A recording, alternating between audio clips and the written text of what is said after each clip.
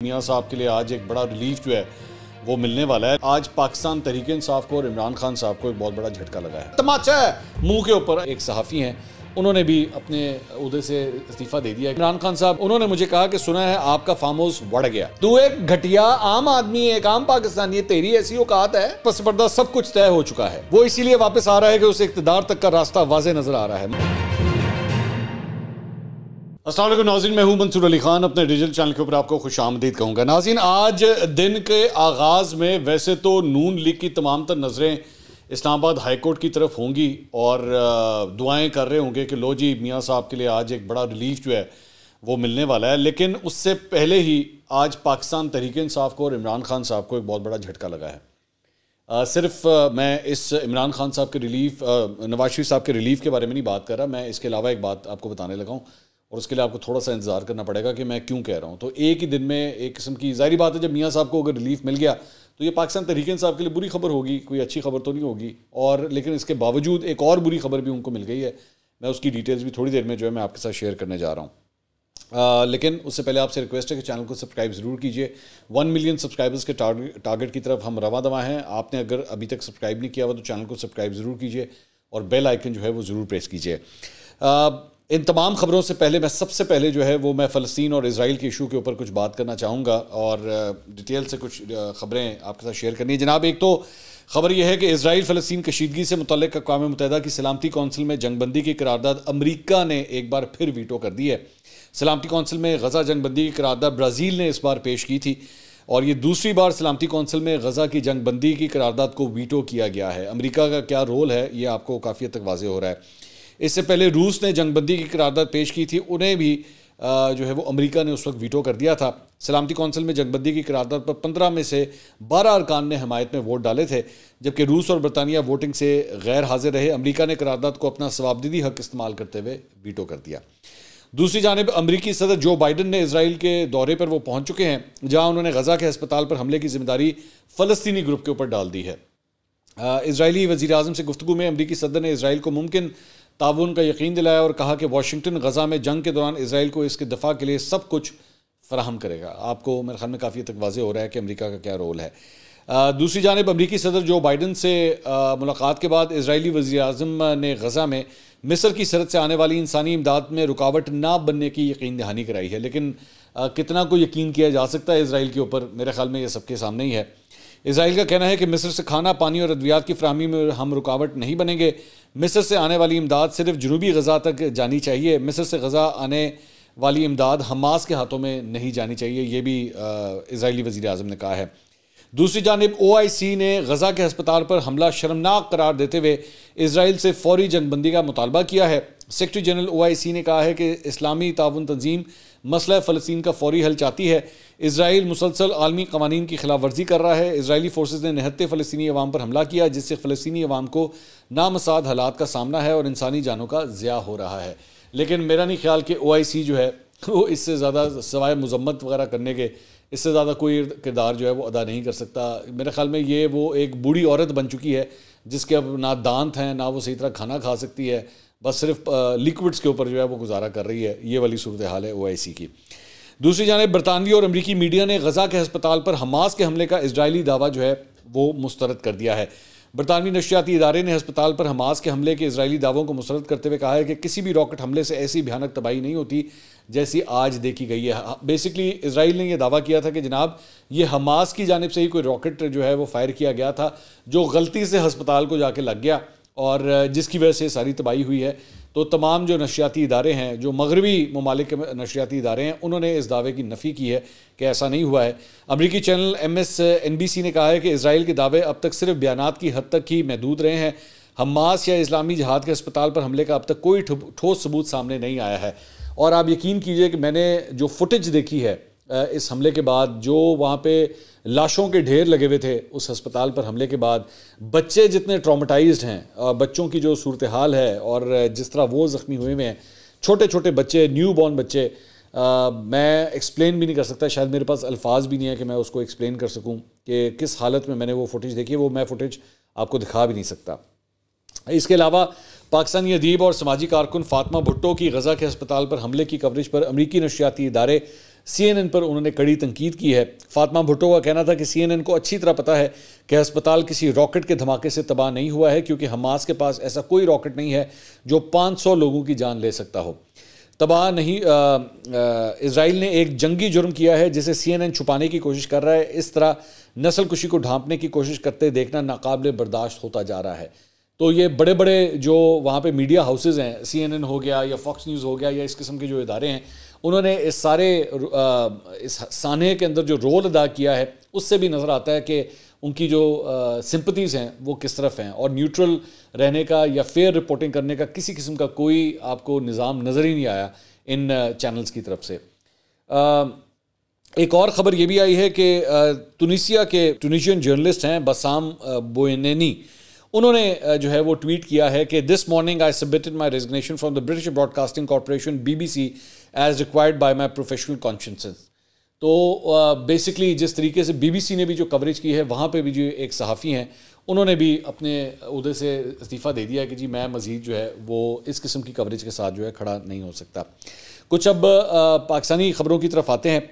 वज़ारत ख़जाना की जानिब से सरकारी मुलाजमीन की पेंशन में महताब हैदर साहब की खबर है जंग से। उन्होंने कहा है कि सरकारी मुलाजमीन की पेंशन में बड़ी तब्दीलियों की तजावीज़ सामने आई हैं। अलबत्ता अफवाज पाकिस्तान के मुलाजमीन इन तजावीज़ से जो है मुस्तस्ना होंगे। ज़राए के मुताबिक सरकारी मुलाजमीन की पेंशन में तब्दीलियों से मुतालिक तजावीज़ की समरी वज़ारत ख़जाना ने वज़ीर आज़म को भिजवाई है। पेंशन के मौजूदा फॉर्मूले के तहत किसी भी सरकारी मुलाजिम की हासिल करदा आखिरी तनख्वाह के मुताबिक पेंशन जमा की जाती है।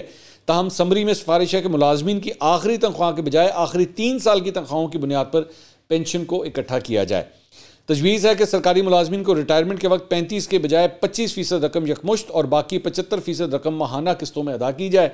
इसके अलावा सरकारी मुलाजिम की पेंशन को तीसरी सतह जैसे कि गैर शादीशुदा, तलाक याफ्ता या बेवा बेटी को उम्र भर देने के बजाय सिर्फ 10 साल तक देने की तजवीज़ जो है वो ज़ेर गौर है। अब देखते हैं इस तजवीज़ पर अमल होता है या नहीं होता। इसके अलावा रिटायर्ड DG नैब हसनैन अहमद को दोबारा नैब का डायरेक्टर जनरल जनाब तैनात कर दिया गया है। हसनैन अहमद को 6 माह के कॉन्ट्रैक्ट की बुनियाद पर 13 अक्टूबर से DG नैब तैनात किया गया है। वजारत कानून और इंसाफ ने तैनाती का नोटिफिकेशन जारी कर दिया है। हसनैन अहमद एक हफ्ता कबल अपने ओहदे से रिटायर हो गए थे, तो उनको दोबारा कॉन्ट्रैक्ट जो है वो दे दिया गया है। अच्छा जी, इसके अलावा district and session court Islamabad ने शेर अफजल मरवत की जानिब से धमकियाँ मौसूल होने पर मुकदमे के इंदराज की दरख्वास्त जो है वो मौसूल हो गई है। पाकिस्तान तहरीक इंसाफ के वकील हैं शेर अफजल मरवत साहब, जिन्होंने कहा कि जी उनको धमकियाँ दी जा रही हैं। एडिशनल सेशन जज अवैस मोहम्मद की अदालत में शेर अफजल मरवत पेश हुए। SHO थाना मरगला नोमान शफीक अदालत में अपना उन्होंने जवाब जमा करवाया। अदालत ने SHO के जवाब को मौसूल कर लिया। अदालत ने शेर अफजल मरवत की इंदराजी मुकदमा की 22A की दरख्वास्त मंजूर करते हुए शेर अफजल मरवत की जानिब से थाना मरगला को इंदराजी मुकदमे का हुक्म दे दिया।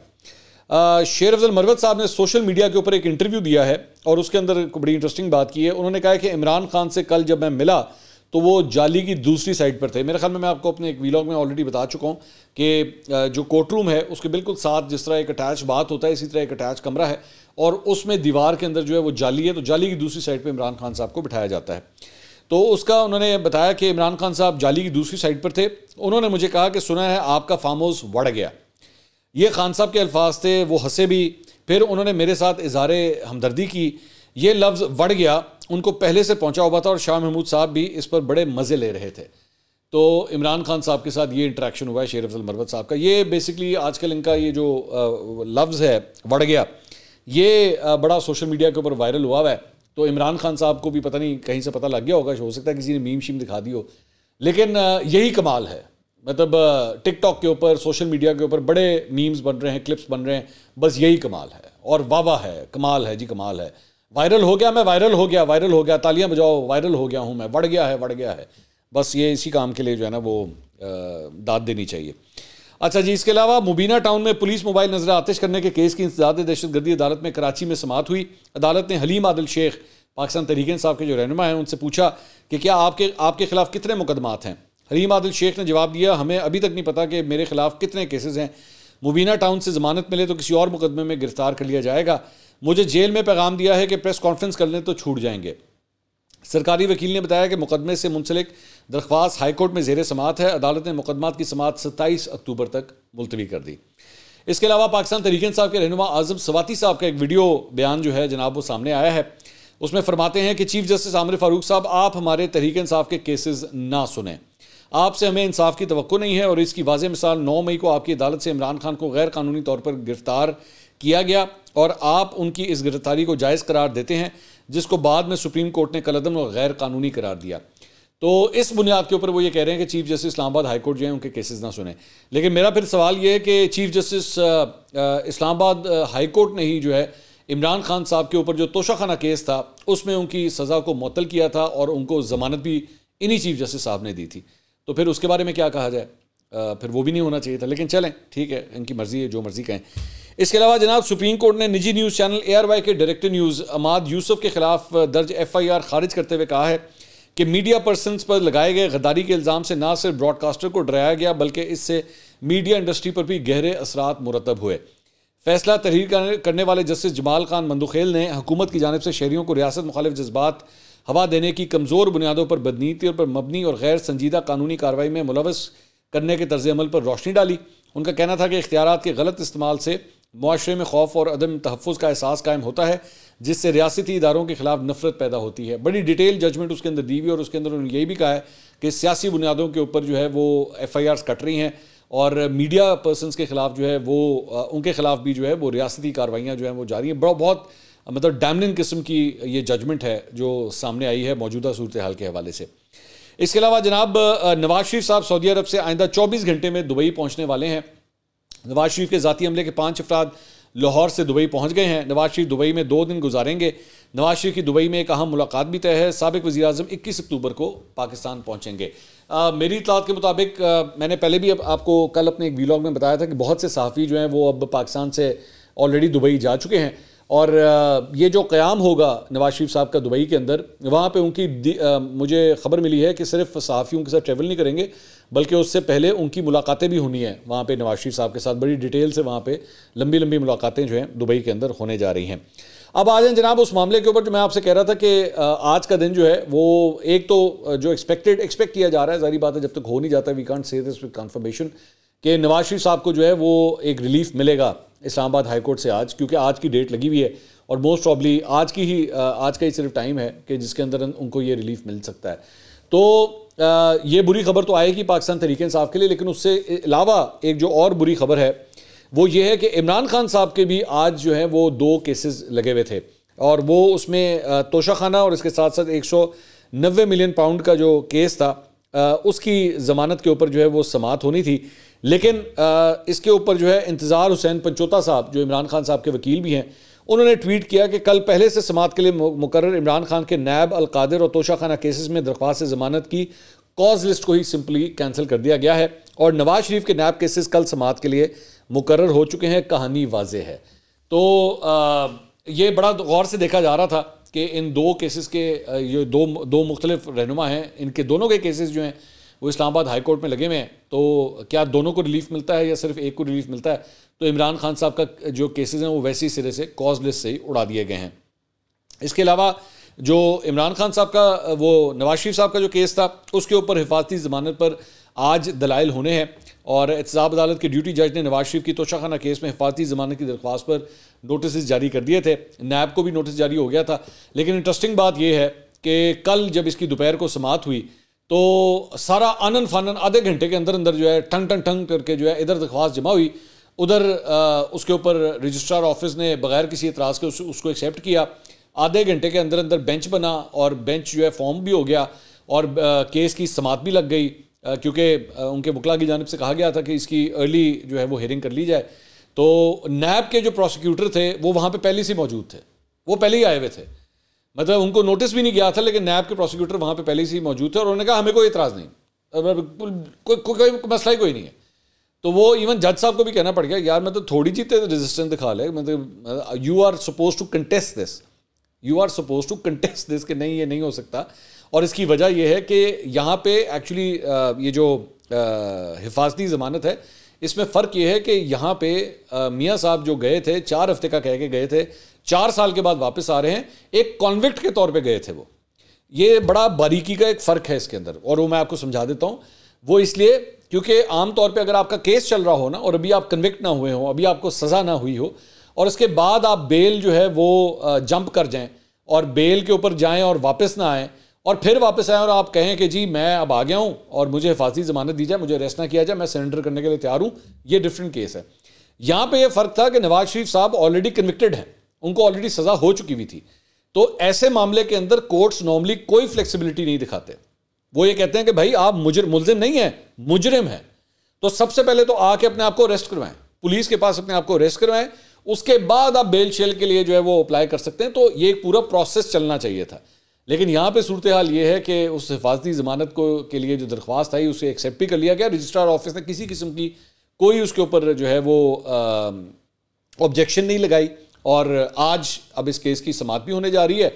और यही कहा जा रहा है, मतलब ज़्यादातर जो कोर्ट रिपोर्टर्स हैं, कानूनी माहिरीन हैं, वो ये कह रहे हैं कि सत्ते खैरान है, उड्डी उड्डी जावा हवा दे नाल, मतलब मसला ही कोई नहीं। मैं बल्कि कल रात को काशिफ अब्बासी साहब के शो के अंदर मौजूद था, तो मैंने एक एग्जांपल दी उनको। मैंने कहा जी जिस तरह लाहौर से लोग इस्लामाबाद जाते हैं ना, तो रस्ते में भेरे में रुकते हैं, तो जब आप भेरे में रुकते हैं तो अक्सर बच्चे जो है मैकडॉनल्ड जाते हैं, मैकडॉनल्ड जाके सीधा जाके कहते हैं जी हमें हैप्पी मील चाहिए, हमने हैप्पी मील तो ज़रूर लेनी है भेरा से। फिर वो बच्चे हैप्पी मील लेते हैं, और जब हैप्पी मील खा लेते हैं तो फिर गड्डी जो है वो इस्लामाबाद की तरफ जाती है। तो यहाँ पे जो गड्डी है ना, उसने इस्लामाबाद रुकना है, दुबई से इस्लामाबाद में रुकना है, और कोर्ट में मियाँ साहब जाएंगे हैप्पी मील लेने के लिए। हैप्पी मील के बजाय इसको हैप्पी बेल कहते हैं। हैप्पी बेल लेने के लिए जाएंगे, उनको मोस्ट प्रॉब्ली हैप्पी बेल मिल जाएगी, और फिर हम जहाज़ में बैठ के जद्दी से जो है वो लाहौर की तरफ आ जाएंगे। ये बेसिकली ये प्रोसेस होना है। तो ठीक है, बस सही है। अच्छा, अब इसके ऊपर जब आप उंगली उठाएं कि मैंने कल भी बल्कि काशिफ साहब के प्रोग्राम के अंदर भी मैं कह रहा था कि भाईजान वो ये सारा कुछ ठीक है, सत्ते खैरान ने चलो भान कर लो, वो मोहम्मद बूटे का की करना है। जड़ा मोहम्मद बूटा है, जड़ा माली है, तरखान है, वो रेडी लगाने वाला है, रिक्शे वाला है, उसका बच्चा अगर इस तरह बंद हो जाए और तो वो बेल के लिए अप्लाई करे तो उसकी बेलें जो हैं वो सुनी नहीं जाती, उसकी डेट ही नहीं लगती। उसका तो मामला सिर्फ आगे बढ़ाने के लिए रिश्वत ही रिश्वत उसको बेचारे को देनी पड़ती है। तो मोहम्मद बूटा जब ये सारा कुछ देखेगा कि मियाँ साहब के लिए जो है वो सारा दरवाजे खुल जाते हैं, सब कुछ खुल जाता है, और बेचारे तक की करना है उन बूटे नू की दसना है कि बूटे अकल कर, अकल नू हथ मार, तू कमीन है, तू एक घटिया आम आदमी है, एक आम पाकिस्तानी है, तेरी ऐसी औकात है कि तू मुकाबला करे मियाँ साहब का। उथे इमरान खान साहब को देख लो। आई एम सॉरी, आपको शायद मेरी बातें कड़वी लगेंगी, मुस्लिम लीग नून वालों को भी और पीटीआई वालों को भी, लेकिन सुने ताकि आपको आपके कानों के अंदर ना जरा जाके आपको पता लगे कि हो क्या रहा है। उधर वो खान साहब जो है वो कहते हैं मुझे साइकिल चाहिए अपनी, मुझे घर से मुझे साइकिल ला के दीजिए। ये कमरा बहुत छोटा है, और जज साहब कहते हैं दीवार भान दो, दीवार तोड़ दे। कैदी कह रहा है आई एम नॉट कंफर्टेबल, यदि दीवार भान दो, दीवार जनाब तोड़ दी गई, जेल की दीवार तोड़ दी गई। अभी तो शुक्र करें वो खान साहब ने ये नहीं कह दिया भाईजान यहाँ से व्यू नहीं अच्छा आ रहा मुझे। अक्सर आप होटल्स में जाए ना, आप अगर वो 4 स्टार 5 स्टार होटल में जाएं तो आपको पता है कि उसके व्यूज़ के हवाले से, चले मैं छोटी पीसी भूरबन आप चले जाए ना, तो उसका एक वैली व्यू है। वैली व्यू जो है ना, उसकी खिड़कियां सारी वैली की तरफ निकलती हैं, बड़ा खूबसूरत मंजर आपको नजर आता है, पहाड़ शहाड़ वगैरह, बर्फ शरफ अगर पड़ी हो तो बड़ा खूबसूरत लगता है। उसका रेट ज़्यादा होता है। जो दूसरी साइड वाले हैं ना, उसका व्यू इतना अच्छा नहीं होता।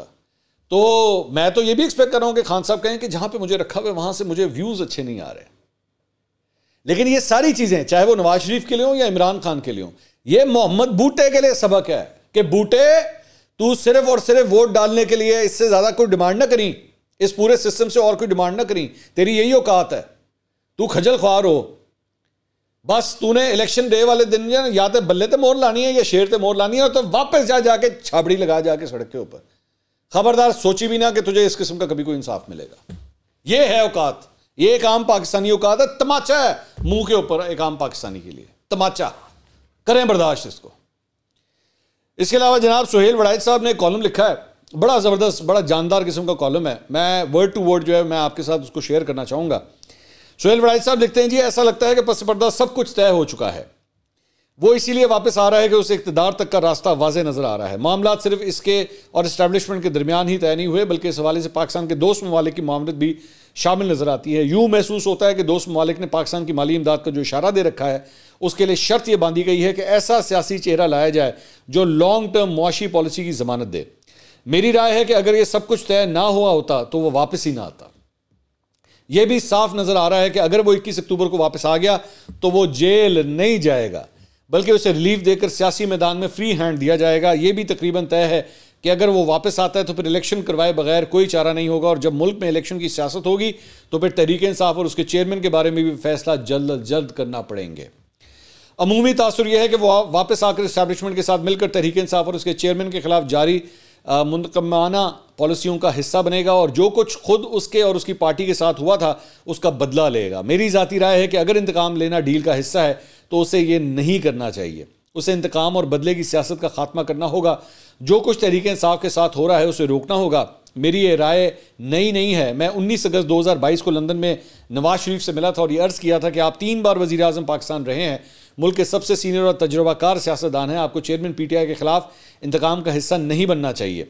मियाँ नवाज शरीफ ने मेरी राय से इतफाक ना किया और कहा कि तहरीक इंसाफ के चेयरमैन सियासतदान नहीं बल्कि वो तो सियासत और सियासतदानों के सिरे से ही मुखालिफ हैं। अब जबकि वो खुद अपनी ही पॉलिसियों की सज़ा भुगत रहे हैं तो हमें उनको बचाने की क्या ज़रूरत है। मैंने इस मुलाकात में भी मियाँ साहब की राय से इख्तलाफ किया था और आज भी इसी राय का इजहार कर रहा हूँ कि अगर मुल्क में जमहूरियत और पार्लियामानी सियासत को चलाना है तो इंतकाम का सिलसिला बंद किया जाए। जब PTI बरसरे इक़्तिदार थी तो नवाज शरीफ और उसकी जमात जेलों में बंद थी और उनसे इंतकाम लिया जा रहा था। मैं उस वक्त भी बार बार तहरीक इंसाफ की हुकूमत की तवज्जो इस तरफ दिलाता रहा कि इंतकाम का इस सिलसिला बंद होना चाहिए, वरना कल आपको भी इसका नतीजा भुगतना पड़ेगा। चुनाचा वही हुआ जिसका डर था। अब तहरीक इंसाफ और उसके चेयरमैन के खिलाफ इंतकामी कार्रवाइयाँ जारी हैं और नूनी खुश हैं कि उनका बदला पूरा हो रहा है। अगर इंतकाम का इस सिलसिला इसी तरह जारी रहा तो फिर सियासत और जमहूरियत की बहाली कभी भी मुमकिन नहीं होगी। इसलिए बतौर एक अदना तालिब इल्म मेरी ख्वाहिश है कि जो ज़्यादा तजुर्बाकार है, जो चौथी बार वज़ीर आज़म बनने वाला है, वो पहल करे और इंतकाम का ये दायरा तोड़े। मुल्क की सियासी तकसीम के बजाय मफामत का डोल डाला जाए। क्या ही अच्छा हो कि वो आए और आकर कहे कि मेरे मुखालिफ को जेल से निकालो, और अगर ऐसा मुमकिन ना हो तो जब इसे इक़्तिदार मिले तो पहला काम ये करे कि अपने मुखालिफ को जेल से निकाल कर उससे मफामत करे। अगर उसने ऐसा ना किया तो ना वो कामयाब होगा और ना ही पाकिस्तान आगे चल सकेगा। तो ये जनाब सुहेल वड़ाइच साहब की राय है। मैं काफ़ी हद तक इस बात से एग्री करता हूँ। अगली वीडियो में आपसे दोबारा मुलाकात होगी। अल्लाह हाफ़िज़।